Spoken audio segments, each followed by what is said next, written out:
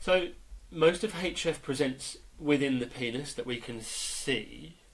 Now within the penis itself, we've got two very large muscles that sit at the top, the corpora cavernosum, and then a very small muscle that sits at the bottom, the corpus spongiosum. And the corpora cavernosum, the big large muscles at the top, they're the ones that are engorged with blood. They fill with blood. They're a bit like Swiss cheese, so they can allow greater proliferation of vascularity to achieve the erection. The spongiosum muscle, the one that sits along the bottom, is more, as the name suggests, sponge-like. And it has to remain sponge-like, because if it remains rigid, then there's no chance of ejaculate passing along the urethra and expelling during orgasm.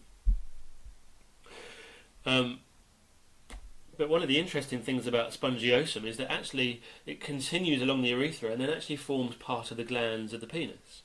So I'm really interested in the spongiosum muscle because in HF, in hard-flaccid, when the patient has an erection, the glands, the end of the penis, the helmet of the penis, is often not engorged. It's often soft and flaccid.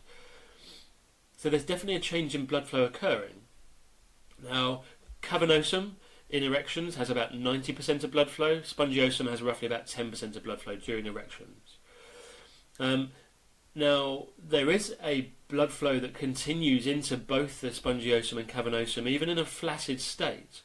And blood flow will happen to provide nutrients to that part of the body. But interestingly enough, like I said at the top of the presentation, when a patient is stood up or sitting, the penis feels more engorged and rubbery and firm compared to pre-HF. So something's occurring around blood flow in and out of the spongiosum and the cavernosum in both erect and non-erect states.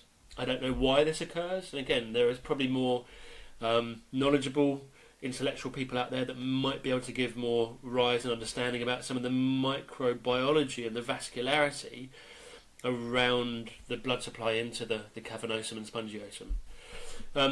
There are multiple muscles involved in the pelvic floor and erections, including bulbospongiosus and ischiocavernosus as well.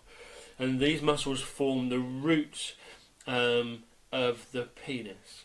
Now, what's really interesting, and in terms of what I educate my patients on, is a very large part of the penis sits within the abdominal pelvic cavity. It's actually a very considerable part of the penis internal to the body.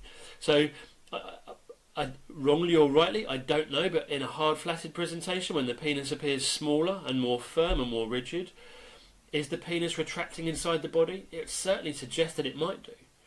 I don't know for certain, and without the right ultrasound imaging, without that kind of information, we just don't know. But for me, that would make more sense. That the penis stays roughly the same length, but will retract and draw inside the body. And in terms of dealing with anatomy and teaching patients around anatomy, like I said, that's a really valuable tool for my patients to hear and to see. Now, I don't know what percentage of the penis sits inside the body to outside. I'm guessing it changes from patient to patient. There must be some kind of percentage. Like I said, someone out there who's far more knowledgeable in this area might be able to illustrate this.